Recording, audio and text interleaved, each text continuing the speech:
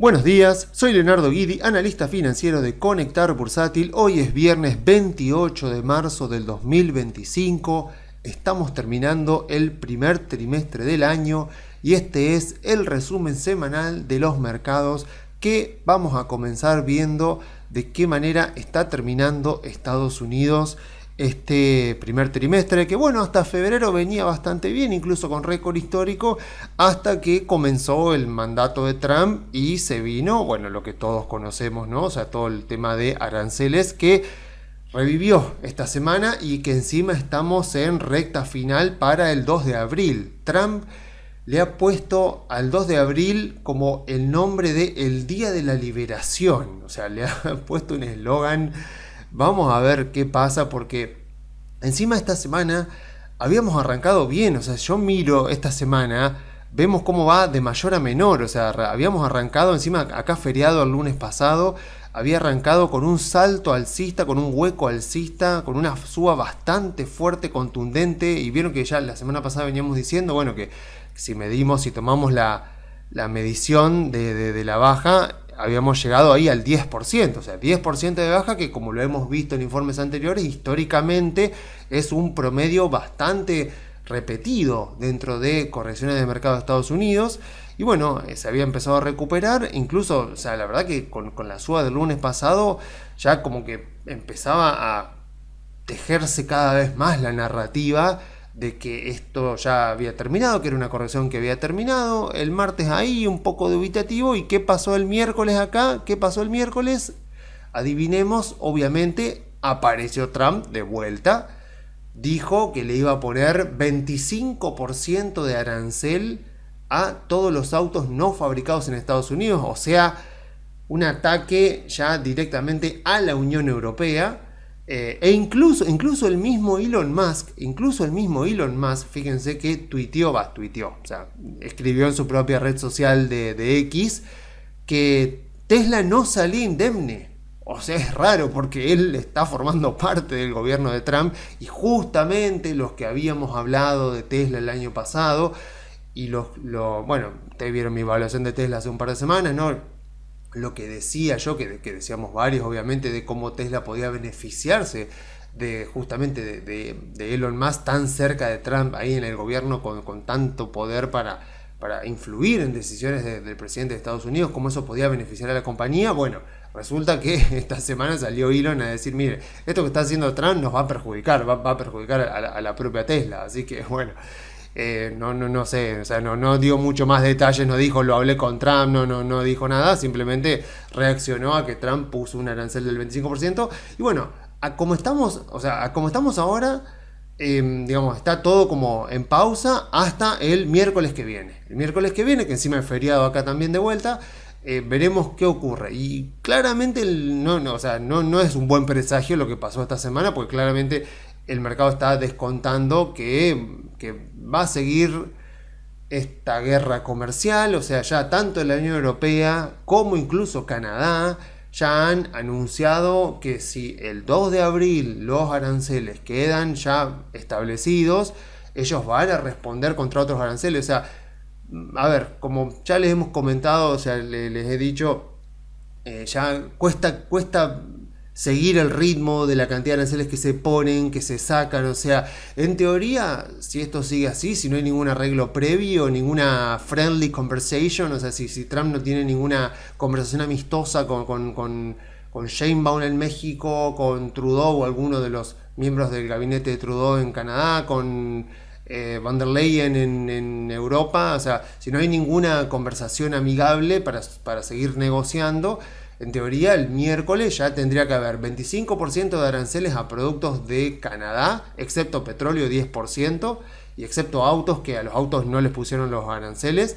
México también 25%, 10% para China, creo que 20 o 25 para la Unión Europea. O sea, todo un combo así de aranceles que, bueno, que obviamente perjudicaría muchísimo la economía de Estados Unidos. Y ahí está la cuestión, o sea, a ver, como también lo hemos comentado, que yo hice el cálculo en informes anteriores, o sea, llevar a una recesión a la economía de Estados Unidos es muy difícil. Pensemos que en el 2022 teníamos la invasión de Ucrania, toda la incertidumbre que eso generaba, China que todavía no se terminaba de sacar de encima el COVID y había problemas de cadena de suministro, inflación en ascenso, tasas en ascensos, y aún así no hubo recesión en Estados Unidos.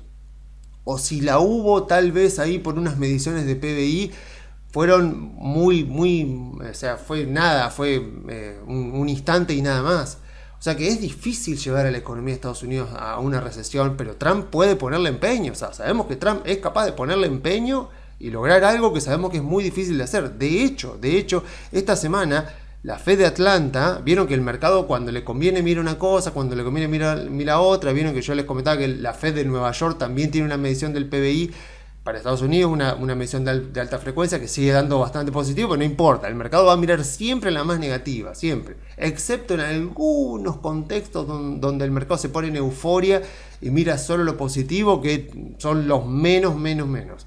Pero bueno, con respecto a esto, el GDP Now de la Fed de Atlanta esta semana se actualizó el 28, y ven que da ahora, o sea, da menos 2,8, pero le agregaron el ajuste por el tema de las importaciones de oro que hubieron entre diciembre y enero, que fue la razón por la cual, o sea, las importaciones de oro fue lo que hizo caer tanto esta medición del PBI de alta frecuencia. Entonces ahora le agregaron en línea punteada acá la que en realidad debería ser la más confiable, pero ven que venía ahí positiva y bajó un poquito. Entonces ahora da más o menos, o sea, como habían puesto acá, da más o menos ahí un poco negativa. O sea que el mercado se pudo haber agarrado un poco de esto también. O sea, el tema es que también pasa eso, ¿no? De que estas mediciones son de alta frecuencia, no son tan predictivas, o sea, cambian todo el tiempo por la sencilla razón de su propia naturaleza, son de alta frecuencia, con lo cual se van actualizando constantemente con datos, y en muchos casos son datos que por ahí que tardan en llegar, o sea, que tardan en actualizarse.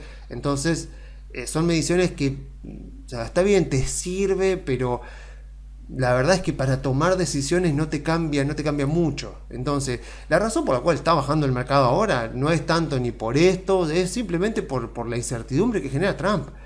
Por esta cuestión, o sea, como yo les comentaba, vos agarrás un libro de macroeconomía, como yo les mostraba en informes anteriores, agarrás cualquier libro de macroeconomía, mirás lo que es un arancel, y en todos los casos, es algo matemático, en todos los casos te va a decir, un arancel no es ni más ni menos que un impuesto que pone el gobierno, que lo terminan pagando los ciudadanos de su propio país. Ahora bien, el libro, por supuesto, da por sobreentendido que cuando vos pones un arancel es para dejarlo, y no para negociar con el arancel y suspenderlo por un mes la semana que viene. Entonces, ese caso obviamente no está contemplado en los libros de texto, y es el caso puntual de Trump, de que usa los aranceles para negociar, porque aparte otra cosa, o sea, Trump sabe que no solo sabe que este es su último mandato, que no se puede volver a presentar, sino que sabe que de este mandato, de estos 4 años, este año es el que más chances tiene de hacer lo que él quiere.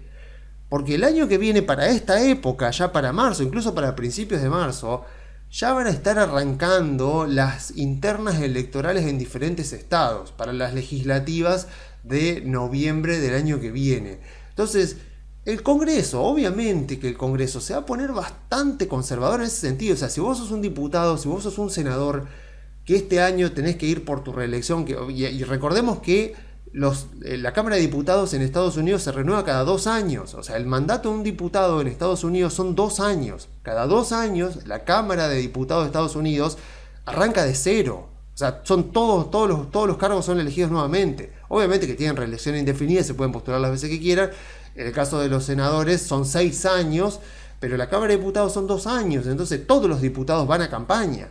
Entonces es una campaña larga, y está clarísimo que si vos sos diputado querés renovar tu banca, y bueno, no vas a tratar de jugártela con proyectos de ley muy polémicos. Entonces Trump sabe que toda la polémica, todo lo que él quiere generar, cualquier cosa controversial que quiera hacer, la tiene que hacer ahora. Porque a lo sumo de aquí a los próximos 12 meses es todo el margen que tiene, después ya no. Y yo sé obviamente que nosotros acá en Argentina, nosotros decimos, al final le pasa lo mismo a Estados Unidos que a Argentina, que están votando todo el tiempo y tenés ventanas de tiempo puntuales de más o menos un año.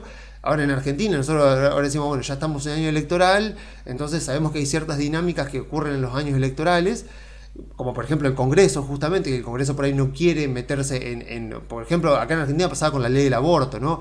Que en años electorales no querían pasarla por el Congreso porque decían, este tema es muy polémico, divide mucho a la ciudadanía, no queremos esto en un año electoral, entonces lo sacaban. Bueno, en Estados Unidos pasan también esas cosas.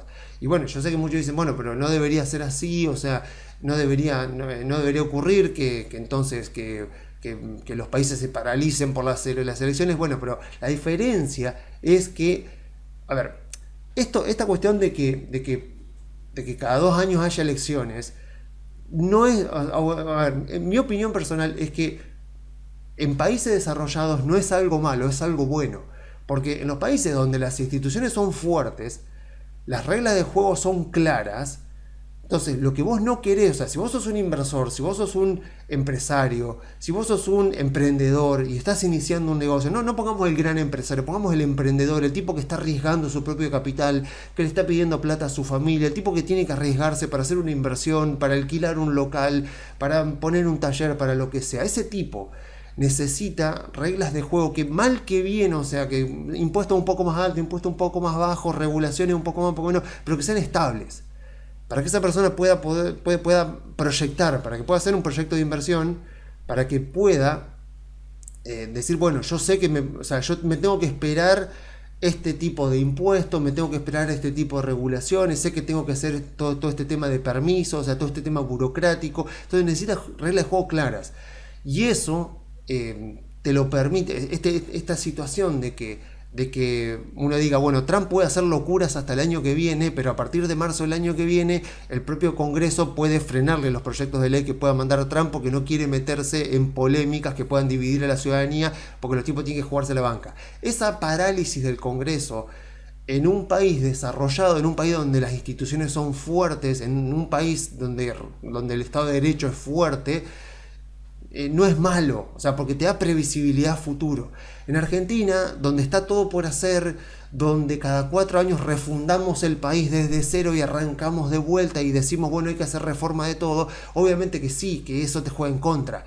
Porque un país como Argentina, que necesita tantas reformas tan importantes, la reforma fiscal, que es la reforma por excelencia que necesita Argentina, temas laborales, reforma laboral, bueno, lo que siempre suele decir expert cuando va a los programas de televisión, reforma previsional, reforma laboral, reforma fiscal, las típicas que dicen siempre. No quiere decir que Estados Unidos no necesite algún tipo de reforma, o que Europa, por ejemplo, Europa se sabe que todo el tema de las pensiones, la reforma de las pensiones, digamos, es algo que tiene que hacerse, pero que se patea y que van pateando el programa para adelante, pero que, o sea, si en Argentina es algo negativo, pero en Estados Unidos no. En Estados Unidos, ¿por qué decimos siempre que el tercer año presidencial, o sea, los datos nos muestran que el tercer año presidencial en Estados Unidos es el más positivo de todo? Hace de la década del 30 que no hay un tercer año presidencial negativo en Estados Unidos, y es básicamente por eso, porque con el segundo año electoral, o sea, el segundo año presidencial, que es las elecciones legislativas, casi siempre, sea Obama, sea Trump, sea Biden, sea George Bush, sea Clinton, sea el que sea, casi siempre la ciudadanía estadounidense le vota al Congreso en contra. Porque, como pasa siempre, ¿no? Los políticos prometen y prometen cosas y después, cuando llegan a la realidad, se encuentran con un montón de restricciones, que por ahí Milei lo explica mucho, cuando por ahí le piden devaluar, cuando por ahí le piden cerrar el Banco Central. Él dice, tengo un montón de restricciones que tengo que tenerlas en cuenta, porque cuando vos hablas, estás hablando de la teoría, pero cuando estás en el Poder Ejecutivo, estás ejecutando, ahí estás en la realidad. Y en la realidad tenés un montón de restricciones. Bueno, en Estados Unidos, por supuesto, pasa lo mismo. Hacen muchas promesas, después esas promesas no se cumplen, capaz que ni la mitad de las promesas que se hicieron. La ciudadanía le vota al Congreso en contra del presidente estadounidense y tenés los dos últimos años presidenciales, un presidente mucho más acotado. Bueno, háganse la idea de lo que fue Macri, los dos últimos años de Macri y los 2 últimos años de Alberto. O sea, eso mismo que pasó acá con Macri y con Alberto, y eso que Macri, o sea, fíjense que Macri gana las elecciones legislativas muy contundente, pero después de lo que pasa en 2018 con toda la ida al fondo, pierde un montón de apoyos y después ya para 2019 ya no puede pasar nada por el Congreso, y obviamente año electoral nadie le iba a querer pasar por el Congreso ni ningún proyecto polémico. Alberto ni que hablar, o sea, desde el momento en que pierde las elecciones de medio término, Alberto queda totalmente eliminado como poder ejecutivo. De hecho, hasta Massa asume la presidencia de manera en los hechos, digamos, en los hechos, o sea, en los papeles era el ministro de Economía y en los hechos era el presidente. Entonces, en Argentina, ese tipo de situaciones nos juegan muy en contra porque hay muchas reformas muy importantes que hacerse y tenemos instituciones muy débiles. La principal de todas, por supuesto, la moneda. Entonces, bueno, el Banco Central ni que hablar. Entonces, que van de la mano, por supuesto. Entonces, a nosotros nos juegan muy en contra. Pero en Estados Unidos, o sea, que el poder ejecutivo esté muy acotado es muy positivo, porque te da reglas de juego claras, te da estabilidad. Fíjese que Trump en su primera presidencia, durante su primer año, hace la reforma fiscal, donde baja los impuestos, porque sabía que sí o sí tenía que hacerla ese año. De hecho, si ustedes se fijan, en 2017 no vamos a escuchar, creo yo que no hay nada registrado de aranceles, ni de guerra comercial, ni de nada por el estilo. Todo el primer año 2017 de Trump se dedica a la reforma fiscal, a tratar de bajar impuestos. Obviamente el tipo quería bajar el impuesto a la ganancia al 15, terminan negociándolo, terminan en el 21, más los impuestos estatales, todo bueno. Una vez terminado eso, que sale en diciembre del 17, vamos para 2018, donde ahí empieza a arrancar todo el tema de la guerra comercial y empieza a pelearse Trump. Y 2019 es el año donde más se pelean, pero en 2018 es donde arranca. De hecho, 2018 fue un año malo, porque fue un año legislativo y fue un año muy volátil, muy volátil. Entonces, veremos lo que pasa el año que viene en Estados Unidos, pero por ahora, en este año, lo que yo estoy viendo es eso. Es Trump que es consciente de que tiene este año y un par de meses del año que viene y está tratando de hacer todo ahora. Y eso que genera esa incertidumbre donde vos no sabés, o sea, a mí me da bronca porque digo, yo quiero analizar mercados, quiero analizar la economía, quiero analizar sobre todo empresas, y desgraciadamente ahora me encuentro que tengo que analizar a un tipo, o sea, tengo que analizar porque desgraciadamente lo que pasa en el mercado, lo que está pasando ahora, el día de hoy, desde el miércoles pasado, y lo que va a pasar la semana que viene, sobre todo la anticipación a qué va a pasar el miércoles, desgraciadamente eso no podemos analizar mucho más porque dependemos de él. Dependemos de si el tipo agarra y dice, bueno, vamos a postergar un mes más, vamos a seguir negociando, que creo yo que sería lo más probable. O si el tipo se empecina y dice, no, ya está, me cansé de negociar, ahora van a saber lo que es enfrentarse a Estados Unidos, le ponemos los aranceles y Europa responde, Canadá responde, China responde, México capaz que también responde. Y ahí, bueno, puede ser que este 10% se quiebre a la baja. Así que vamos a ver, yo supongo que tarde o temprano prima la cordura. Entonces, si tarde o temprano prima la cordura, digo, bueno, creo yo que es difícil llevar a Estados Unidos a una recesión. Pero bueno, a ver, supongamos, otro dato negativo de esta semana, y cuando digo negativo, por favor, tengámoslo en cuenta en términos estadounidenses. Creo que fue hoy, si no fue hoy, fue ayer, salió el segundo dato de inflación del mes de Estados Unidos. Vieron que Estados Unidos, a falta de un índice de inflación, tiene dos, el CPI y el PCE. Bueno, el CPI es el que más mira la gente porque es el que sale primero, y el CPE es el que sale a fin de mes, por eso salió hoy o ayer, pero dicen que ese es el que más mira la Reserva Federal. De hecho, se sabe que es el que más mira la Reserva Federal porque cuando tiene que hacer predicciones de inflación utiliza ese índice y no el CPI. Bueno, ¿qué pasó? Ese índice se publicó, el dato de febrero, y salió 2,8. O sea, la inflación núcleo interanual de Estados Unidos salió 2,8 y se esperaba, atenti, 2,7.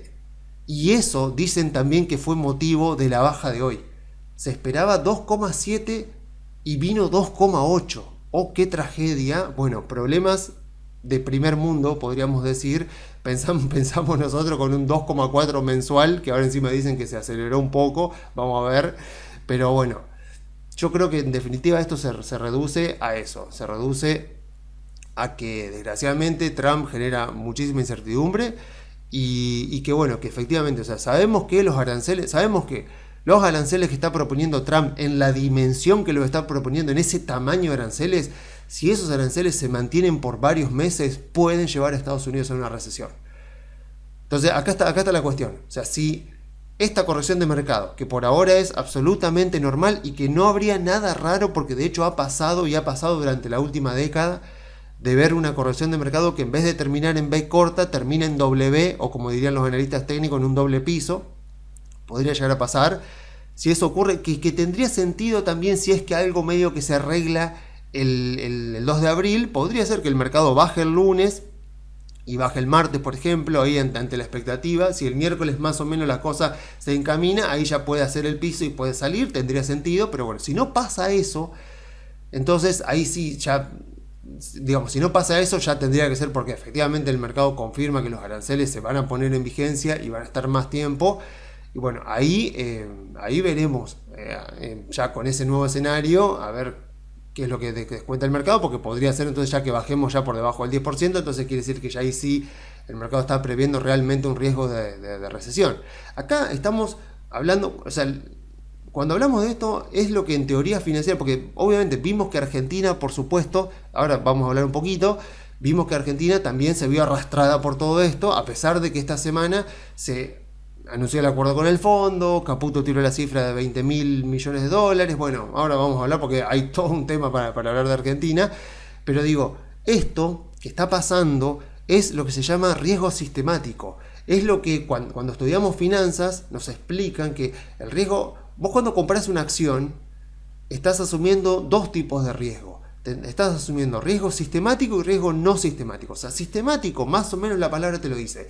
Es porque cuando vos estás comprando una acción, vos te estás metiendo en un sistema diferente a cuando compras, por ejemplo, un bono. O sea, tenés volatilidades diferentes, tenés flujos de fondos diferentes, porque, no sé, tenés acciones que pagan dividendo y acciones que no. Tenés drivers diferentes, o sea, vos ahí, no sé, tenés que mirar la compañía, o sea, o sea, son reglas de juego completamente diferentes, tenés un comportamiento diferente. Entonces, una recesión afecta de manera diferente a los bonos y a las acciones. Entonces, cuando vos invertís en una acción, estás asumiendo ese riesgo sistemático que no lo podés evitar. Es el riesgo que vos no podés evitar por diversificación. Porque obviamente, o sea, cuando vos decís, mira, si yo compro dos acciones que están muy correlacionadas entre sí, por ejemplo, compro, no sé, a ver, podría ser Costco y Walmart, por ejemplo, dos empresas que las hemos visto acá en estos informes, que son empresas muy similares. En otros contextos hubiera dicho Coca-Cola y Pepsi, pero el tema es que PepsiCo, como que se empezó a separar bastante, pero podría poner también el ejemplo de Coca-Cola y Pepsi. Digo, dos empresas que están muy correlacionadas. Uno dice, bueno, ahí no estás diversificando mucho tu portafolio, pues estás comprando dos empresas como muy similares, con drivers muy similares. Ahora, si yo compro Coca-Cola y compro Microsoft, claramente son dos empresas que no están tan correlacionadas, entonces yo puedo ahí diversificar mi portafolio. Entonces, de esa manera bajo el riesgo sistemático. Perdón, bajo el riesgo no sistemático. ¿Qué es el riesgo no sistemático? Es el riesgo de la empresa en particular, de la industria en particular. O sea, es ese riesgo que si renuncia el CEO, si hay un producto que lanzó la compañía que no tuvo buena respuesta. Por ejemplo, lo de Mark Zuckerberg en el 2022 con el tema del metaverso, con la idea de invertir y no estar viendo que el mercado estaba como en otra sintonía, que el mercado estaba como muy averso al riesgo en ese momento. Bueno, eso afectó a Meta y te das cuenta porque Meta en 2022 cayó mucho más que otras empresas tecnológicas como puede ser Microsoft, como puede ser Apple. Entonces uno dice, ¿por qué cayó tanto más Meta y no tanto otra tecnología? Bueno, porque ahí había un riesgo sistemático. Por ejemplo, la inflación. La inflación afecta a todos.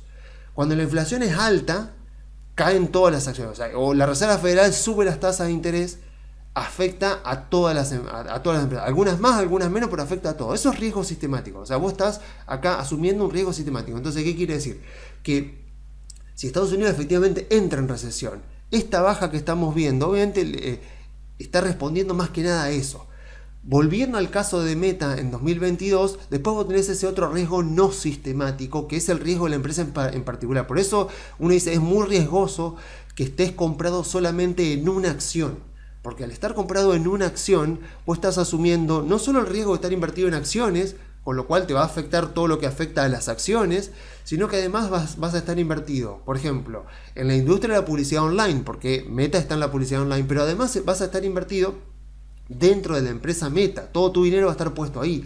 Y si pasa algo malo en Meta, que no pasa en Google, por ejemplo, que está en la misma industria, bueno, a vos te va a ir mucho peor porque no diversificaste el portafolio. Por eso es muy importante diversificar el portafolio. Y la buena noticia es que no necesitas diversificarlo mucho, comprarte 50 acciones para diversificarlo, con 10, 20 acciones sería lo mejor, o por ejemplo comprándote el ETF del Standard & Poor's, en un 20, un 30, un 50% de tu portafolio, con eso ya estás bien diversificado. Esto que estamos viendo acá es riesgo sistemático, o sea, es ese riesgo que tenemos que asumir porque invertimos en acciones.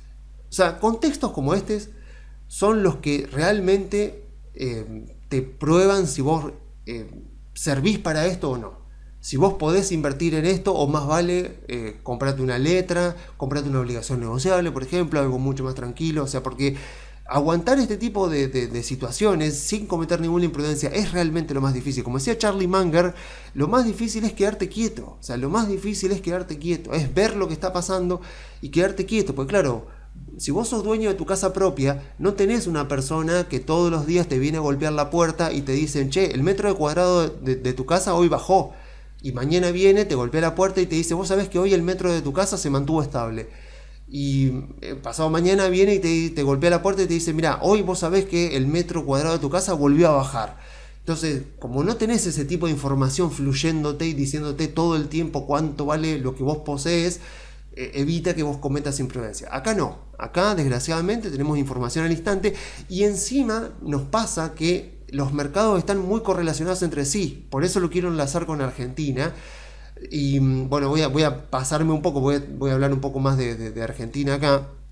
Pero bueno, o si no, más vale lo retomo después. Pero el hecho de que los mercados estén tan correlacionados entre sí, obviamente que afecta negativamente. Porque uno dice, ¿qué tiene que ver Argentina? O sea, si Estados Unidos entra en recesión, bueno, que Estados Unidos entre en recesión, pero ¿por qué bajan las acciones argentinas? O sea, si nosotros estamos anunciando un acuerdo con el fondo, el EMAE, el estimador mensual de actividad económica, salió esta semana, el de enero, Argentina está creciendo al 6,5%. O sea, está creciendo no, digamos rebotando. O sea, la economía argentina está rebotando al 6,5%. Estamos en una realidad totalmente diferente de la que se está pronosticando para Estados Unidos. Y aún así, bueno, vimos lo que fue esta semana. ¿Por qué? Bueno, por esa razón, por riesgo sistemático. Y, o sea, porque no estamos cayendo por culpa nuestra, no estamos cayendo. Y eso que somos expertos en Argentina en caer por causas nuestras. O sea, pensemos 2019, yo les decía, 2018 fue un año muy volátil para Estados Unidos, pero 2019 fue para Estados Unidos uno de los mejores años de su historia. El Standard & Poor's subió 33% en 2019. ¿Qué pasó con Argentina? Tuvimos el fatídico agosto de 2019, donde las acciones cayeron 50% en un día y por supuesto no pararon ahí, siguieron cayendo. O sea que estuvimos totalmente descorrelacionados de lo que fue Estados Unidos. O sea, Argentina es muy experta en descorrelacionarse de los mercados internacionales, sobre todo de Estados Unidos, pero para lo malo. Para lo bueno es más complicado.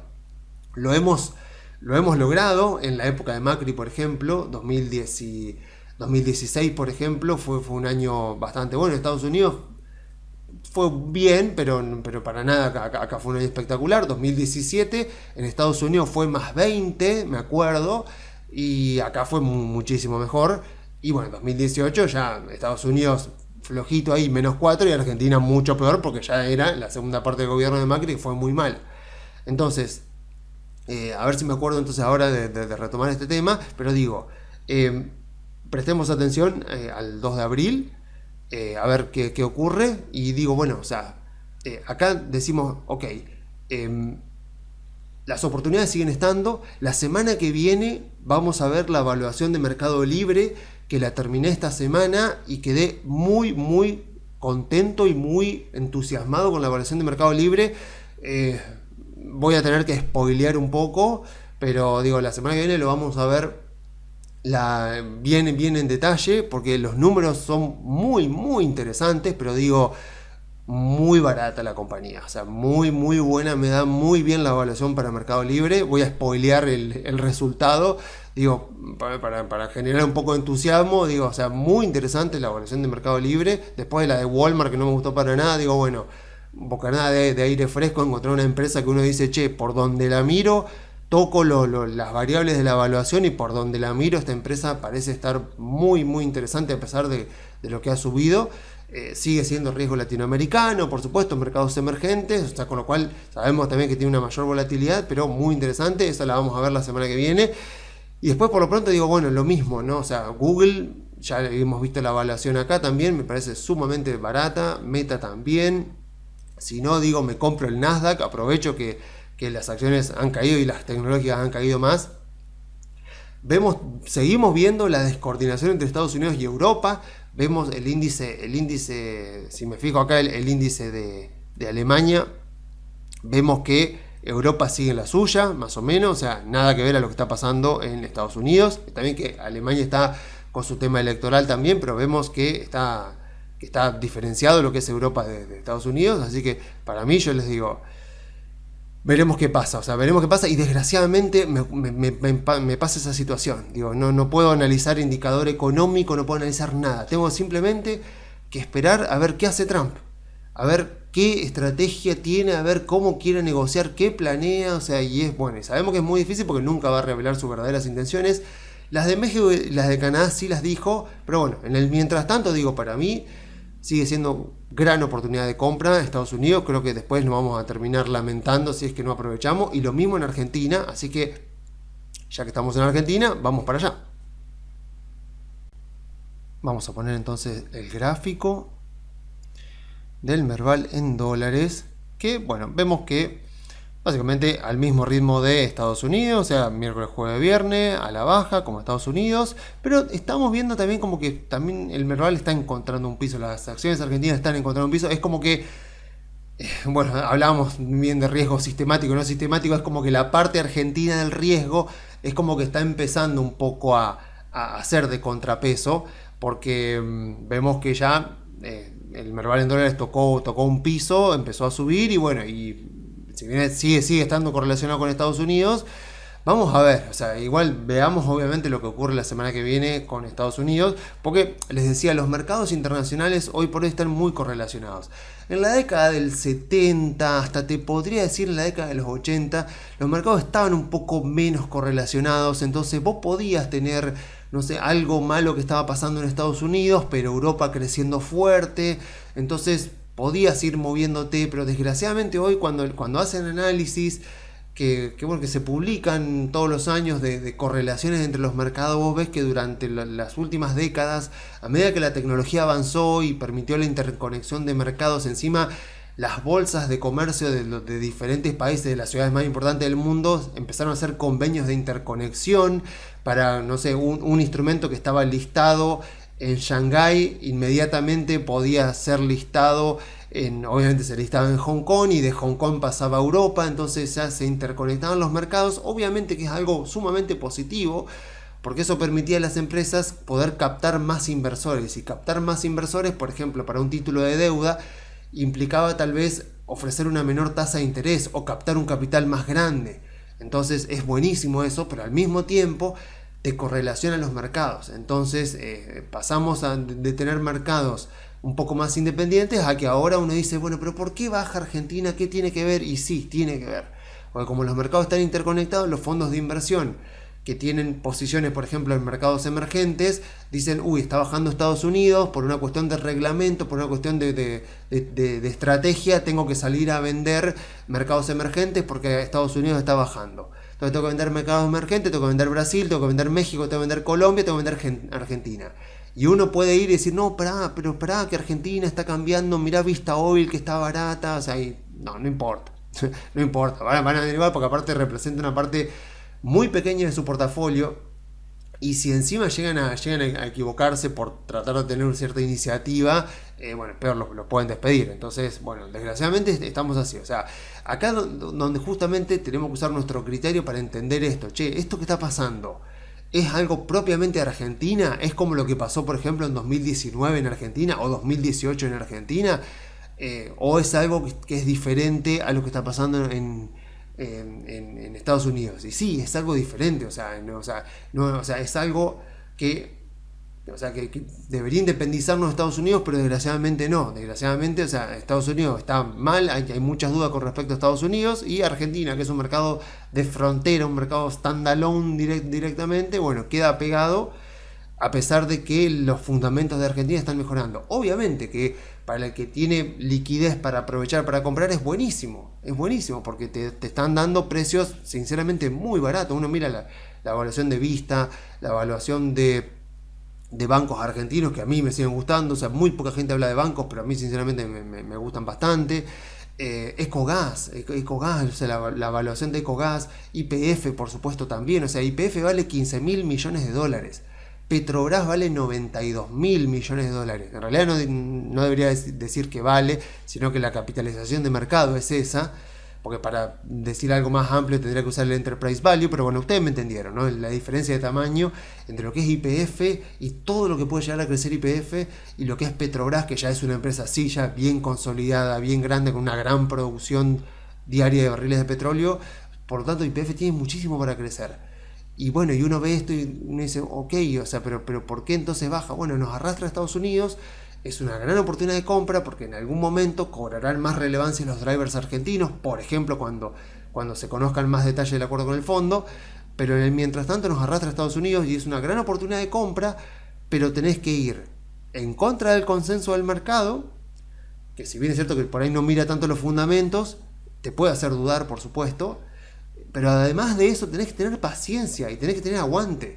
O sea, la tolerancia al riesgo está justamente en aprovechar para comprar, pero al mismo tiempo después aguantar. O sea, tener la voluntad de afrontar este riesgo. De decir, bueno, yo he hecho la tarea, he hecho el análisis, la investigación, entiendo la compañía, hago una evaluación de la compañía, entiendo los drivers de Argentina, entonces entiendo de que la probabilidad de que los valores de las empresas argentinas suban mucho durante los próximos 12 meses es mucho más alta a que bajen. Así que es cierto que en la bolsa no hay nada seguro, pero bueno, por lo menos acá juego con las probabilidades muy a mi favor. El tema es que después los tiempos los define el mercado. Y ahí está la cuestión. Cuando uno invierte, lo que tiene que gestionar siempre es el riesgo. De los rendimientos se encarga el mercado. O sea, yo puedo obviamente ubicarme en los instrumentos que yo sé que tengo un mayor rendimiento esperado, un mayor rendimiento promedio a futuro en diferentes contextos. Pero después, ¿cómo van a darse esos rendimientos? ¿A qué ritmo? Eso lo define el mercado. O sea, yo tengo que definir mi riesgo, cuánto riesgo quiero yo afrontar, a cuánto riesgo, a qué tipos de riesgos tengo que estar yo expuesto. Eso es lo que yo tengo que gestionar. O sea, gestionar un portafolio de inversión en minorista, en profesional, en lo que sea, implica gestionar el riesgo, no gestionar rendimiento. Porque obviamente una persona puede decir, bueno, a ver, yo quiero tanto rendimiento, o sea, o como por ahí me ha preguntado gente, o me han consultado clientes por ahí, que me dicen, yo puedo ganar tanto, vamos a poner algo descabellado, ¿no? Una persona que me diga, no sé, yo puedo ganar, no sé, 10% mensual en dólares. Mi respuesta es sí podés ganar 10% mensual en dólares, asumiendo el riesgo de perderlo todo. Entonces ahí está la clave. Entonces, lo que vos tenés que, cuando vos armás el portafolio, por eso siempre decimos, lo que tenés que mirar es horizonte temporal y tolerancia al riesgo. O sea, no digo, lo primero que tenés que ver es qué rentabilidad querés. No, eso sale como consecuencia de lo otro. Porque la rentabilidad que vos querés, cualquier rentabilidad se puede conseguir. Obviamente, tengo que timbiarme en opciones de Galicia, por ejemplo, para conseguirte un 10% mensual en dólares, a riesgo de perderlo todo. Entonces digo, ¿vos querés un 10% mensual en dólares para seguir este ejemplo? Listo, fenómeno, yo te lo puedo conseguir. ¿Vos estás dispuesto a que yo pueda perderlo todo. O sea, de que yo haga una inversión en opciones de Galicia, que salga mal y que lo pierdas todo. Bueno, si no es así, bueno, baja las pretensiones. Y vamos a hacer lo que realmente importa, que es gestionar tu riesgo. Entonces, cuando vos armás un portafolio y vos decís, bueno, yo estoy dispuesto a aceptar el riesgo argentino, estoy dispuesto a aceptar, ¿por qué? Porque analizo lo que está pasando en Argentina, analizo el superávit fiscal, analizo que ahora hicieron el acuerdo con el fondo, entiendo que hay mucho por hacer, el Banco Central sigue estando quebrado, hay mucha incertidumbre adelante, encima estamos en año electoral, pero aún así veo que las empresas argentinas siguen siendo un potencial enorme, tienen un potencial enorme, y creo que es más probable de que esto salga bien a que salga mal. Entonces ahí puedo afrontar este riesgo porque sé que es un riesgo que por lo menos es un riesgo calculado. Sé lo que puede ocurrir. Entonces ahí puedo armar bien un portafolio. Entonces concretamente, o sea, y estoy armando un portafolio donde entiendo que puedo llegar a ganar, por ejemplo, un 50% en dólares o más todavía en acciones argentinas, pero entiendo también que merezco esa rentabilidad porque asumí el riesgo que yo sé que estoy asumiendo. Concretamente, bueno, ya todos sabemos lo que pasó esta semana. Desgraciadamente, a ver, el problema con el mercado, o sea, o por ahí con lo que pasa o pasó esta semana con el gobierno, es el tema de la no noticia. O sea, los mercados financieros odian la incertidumbre, como ya lo hemos dicho. Entonces, y llama la atención del Toto Caputo, una persona muy experta en mercados, una persona que ha trabajado, que ha estado en Wall Street, que entiende la idiosincrasia de Wall Street, y uno entiende esa cuestión de que vos al mercado podés darle una buena noticia o una mala noticia, y eso es mejor que no darle ninguna noticia. Y uno me puede decir, pero ¿cómo darle una mala noticia al mercado puede ser mejor que darle una no noticia? Porque, por ejemplo, 2022 fue un año donde todo el tiempo se coqueteaba con la recesión. De si va a venir una recesión, si la inflación de Estados Unidos, que llegó a ser del 9% en aquel momento, podría llegar a terminar generando una recesión como es lo normal. Contextos de alta inflación, como fue la década de los 70 y los 80 en Estados Unidos, provocaron varias recesiones. E incluso la última bastante fuerte, que fue la de Paul Volcker, para poder bajar la inflación. Entonces, ¿cuál es la cuestión? Que todo el tiempo estaba esa incertidumbre de si va a haber recesión o no va a haber recesión. Ahora, supongamos que terminó finalmente por no confirmarse, o sea, que en ningún momento se confirmó la recesión, o sea, que eventualmente el mercado concluyó de que no iba a haber recesión cuando los datos macroeconómicos mejoraron y ya está, se abandonó esa narrativa de que se venía una recesión, e incluso me acuerdo, gente importante de los mercados como Bill Ackman, por ahí pronosticando que todavía en 2023 podría venirse una recesión que después no vino. Ahora, supongamos el caso negativo, supongamos que para, no sé, septiembre, octubre, noviembre de 2022 salía un dato del Bureau of Economic Research, que es el que se encarga de decir si Estados Unidos está en recesión, y hubieran dicho, sí, gente, efectivamente estamos en recesión. Bueno, esa es una mala noticia. Porque efectivamente los tipos te están diciendo, sí, efectivamente hemos confirmado, acá están los datos, que Estados Unidos está en recesión. Entonces, es una mala noticia. Pero al mismo tiempo, es la noticia que te permite decir, bueno, ya está, listo, confirmado. O sea, se terminó la incertidumbre. Ya está, estamos en recesión, listo. ¿Y ahora qué? ¿Y ahora qué sigue? ¿Y ahora para dónde vamos? Es como que te permite dar vuelta a la página. Es como que a los mercados financieros les pasa eso. O sea, cuando viene la mala noticia, Suchovicki lo cuenta muy bien cuando habla de las malas noticias, que no son tan malas como lo esperado, y es así, o sea, es como que ya viene la mala noticia, pero que te confirman la mala noticia, y es como que el mercado dice, listo, ya está, listo, se terminó, acá está la confirmación, listo, ya está, todo lo que veníamos especulando, lo que veníamos temiendo, listo, ya está, listo, a partir de ahora arranca otra etapa. Ahora, mantener la incertidumbre de, a ver, te digo algo, pero no te confirmo nada, y eso es lo que los mercados odian, y yo creo que eso es un poco lo que estuvo pasando. Yo les dije, yo vi la entrevista del Toto Caputo con Laje la semana pasada, y para mí fue una pérdida de tiempo absoluta. Fue una entrevista donde no se dijo absolutamente nada, fue media hora perdida, pero aún así yo pensé que no iba a afectar absolutamente nada, y el mercado lo tomó muy mal, y entonces ahora entiendo por qué lo tomó muy mal, porque claro, o sea, porque por un lado Caputo puso el cassette y dijo todo lo que podía decir, de bueno, cuando tengamos la plata del fondo, que abramos el cepo, el tipo de cambio que va a surgir de ahí no va a ser perjudicial para la gente. Bueno, ¿qué quieres que diga? ¿Qué querés que diga el ministro? Pero claro, esta semana pasó lo del Fondo Monetario, o sea que se confirmó de una vez por todas el tema del desembolso, y acá está la cuestión, y esto me llama la atención porque nuevamente, o sea, Caputo y su equipo son gente muy competente, y aún así me sorprendió muchísimo, o sea, porque dijeron 20 mil millones de dólares. Después el Fondo Monetario no lo confirma, dijo, estamos hablando de una cifra considerable, pero no dio la cifra. Después hoy la confirmaron, dijeron 20 mil millones, pero pasa lo mismo, o sea, 20 mil millones, en un momento dijeron 20 mil millones con 4 años de gracia, empezamos a pagar en 2029. Después dijeron no, de esos 20.000, en realidad hay 14.000 que se tienen que usar para pagar los vencimientos hasta el 2029, no son 4 años de gracia, son que te van a dar la plata para pagar esos 4 años de vencimiento, por lo tanto lo único que te quedan son 6.000, que tampoco sería malo, sobre todo teniendo en cuenta que también anunciaron préstamos del Banco Interamericano de Desarrollo, del Banco Mundial, que podrían ser otros 5.000, con lo cual plata nueva podrían ser 11.000, que le alcanzaría al gobierno para recomponer todas las reservas y salir finalmente de reservas netas negativas. No sé si para levantar el cepo, pero sí por lo menos para salir de esa situación de reservas netas negativas. Después se dijo que no, o sea, es increíble, o sea, y me llama mucho la atención, porque justamente lo que más tenés que evitar es ese tipo de situación. Entonces, cuestión de que hasta el día, en este momento no sabemos. O sea, yo la verdad estoy ahora haciendo este informe y no sé, la verdad, si de los 20.000 se van a poder utilizar los 20.000, si hay solamente 6.000 de libre disponibilidad, el resto van a ser para... La verdad que no lo sé.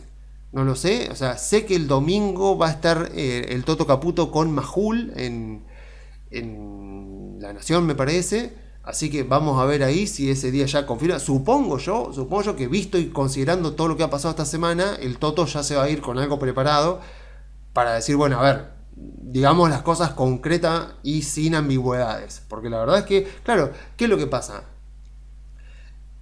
O sea, venimos en un crawling peg del 1%. Entonces, la persona que está haciendo carry trade, personas que vendían sus dólares, con lo cual ayudaban al Banco Central a acumular reservas, vendían sus dólares, los cambiaban por pesos, invertían en letras, claro, ¿qué decían? Le decían, mira, el dólar oficial sube al 1% mensual, la letra me paga 2,5, 2,6, listo, me pongo en letras. Ahora de repente el gobierno, o sea, el Ministerio de Economía te dice, bueno, ya conseguimos la plata para el fondo, un poco más, un poco menos, dentro de todo capaz que te ayuda a ir flexibilizando el cepo. Entonces cuando le preguntan, bueno, pero entonces, ¿va a seguir el crawling peg del 1%? Y ahí empezamos con los problemas, con ambigüedades, con que no sé, no digo nada, no confirmo, ni desconfirmo, ni niego, ni afirmo, ni nada. Entonces claro, la persona que está haciendo carry trade, y desgraciadamente nos pasa en Argentina porque es verdad, no hay confianza.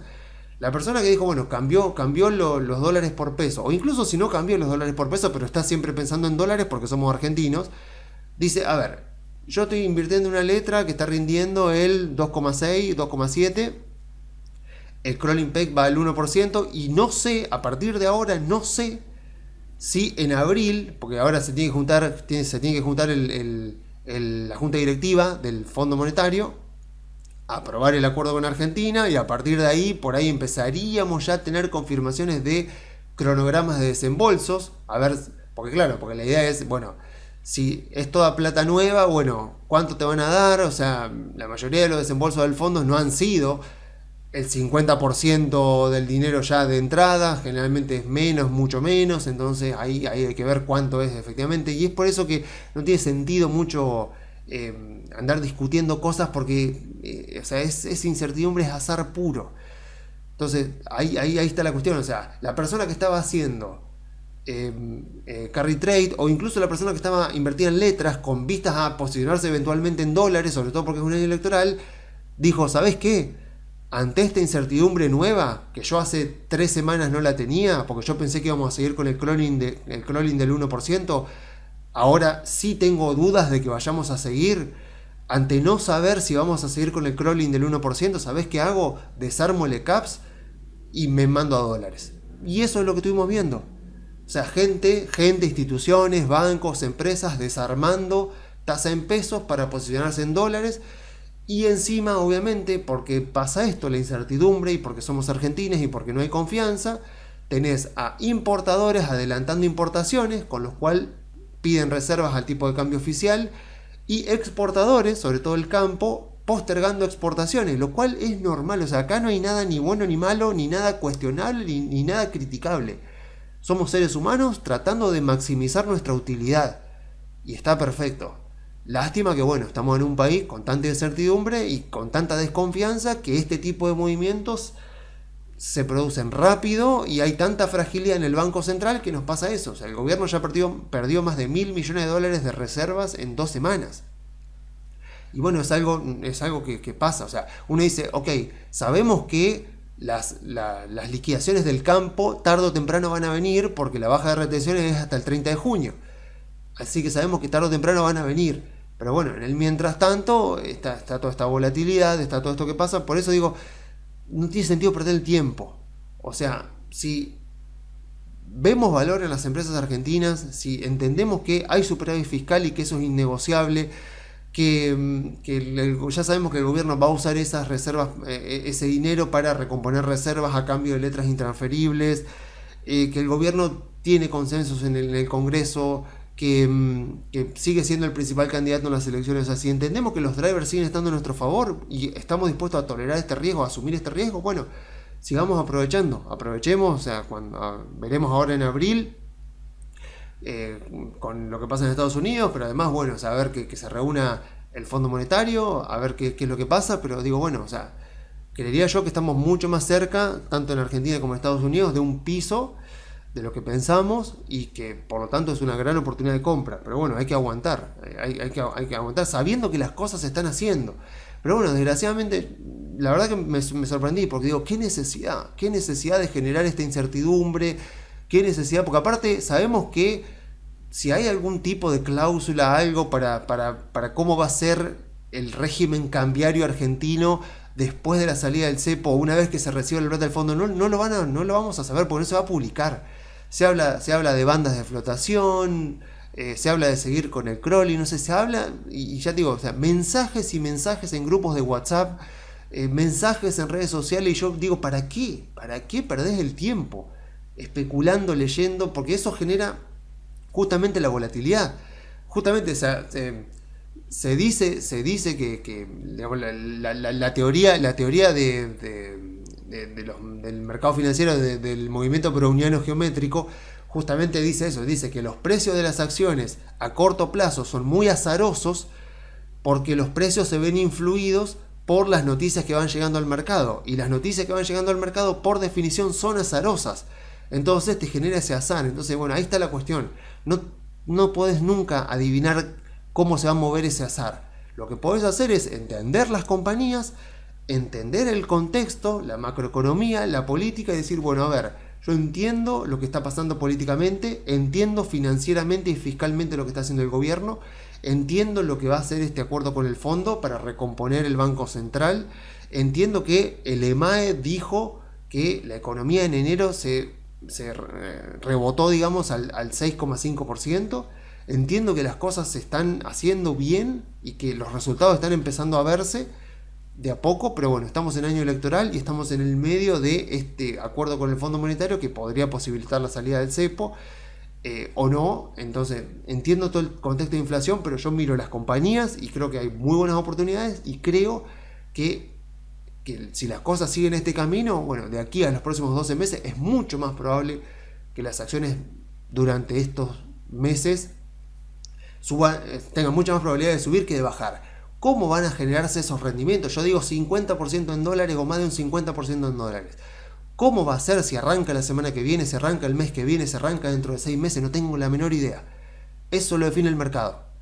Lo que yo puedo hacer es informarme, hacer el análisis y gestionar mi riesgo y armar un portafolio que me permita dormir tranquilo. Una vez que yo hice eso, si estoy posicionado en los activos correctos, después el mercado, si yo efectivamente estuve en lo correcto, me dará los rendimientos que yo estoy requiriendo, pero eso lo va a definir el mercado. Yo defino mi riesgo, así que yo creo que para las personas que estén dispuestas a tolerar riesgo argentino, sigue dándonos grandes oportunidades el mercado.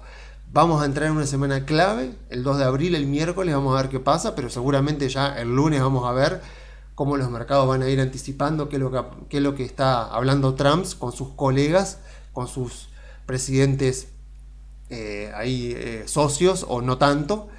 A ver qué pasa, así que vamos a tener una semana, a ver, que puede llegar a ser muy buena o muy mala. Me parece que no hay término medio en esta semana. Vamos a ver qué ocurre, a ver si... Yo creería que el escenario más probable es que se postergue un mes más los aranceles, veremos si hay algún tipo, ojalá que haya algún tipo de acuerdo más definitivo, porque eso sería lo mejor, que haya ya algún tipo de acuerdo bien definitivo, que el mercado diga, a ver si... Pero bueno, sabemos eso, sabemos que Trump tiene una agenda, y que tiene una agenda y él sabe que tiene este año nada más para hacerla, porque ya el año que viene se le va a complicar bastante. Así que sabemos que el tipo va a presionar todo lo posible. Entonces, la clave también, volviendo un poco a Estados Unidos, es, ¿no querrá Trump también presionar a Powell para que baje la... Porque claramente si los mercados siguen bajando, Powell va a tener que tal vez bajar las tasas de interés, y Trump quiere eso. Yo la verdad que me resisto a creerlo, porque digo, ¿realmente este tipo va a arriesgarse a que Estados Unidos entre en recesión, a tumbar la capitalización de mercado de las empresas de Estados Unidos solo para demostrarle a Powell que tiene más poder que él? O sea, primero digo no, después pienso, pero es Trump. Y entonces digo, capaz que sí, o sea, ojalá que no sea así, porque toda esta incertidumbre es justamente lo que pagamos, o sea, mirando cómo pasan las semanas y el mercado baja, y decimos, y no tiene sentido que baje, porque Estados Unidos no estaba para entrar en recesión, no estaba para esta situación, es una situación completamente autoinducida, con lo cual, al ser una situación autoinducida, todavía está bastante a tiempo Trump de sacar el pie del acelerador, de retirarse un poco y de dejar que las cosas vuelvan a su normalidad. Entonces ya ahí sí podríamos ver al mercado recuperándose. Pero bueno, veremos si pasa la semana que viene o si habrá que seguir aguantando. Mientras tanto, bueno, yo entonces me despido. Si quieren comunicarse con nosotros, pueden hacerlo enviando un mail a info@conectarbursátil.com.ar, o si quieren escribirme directamente, pueden hacerlo en X. Mi usuario es @leonardogalt. Así que bueno, nos vemos la semana que viene.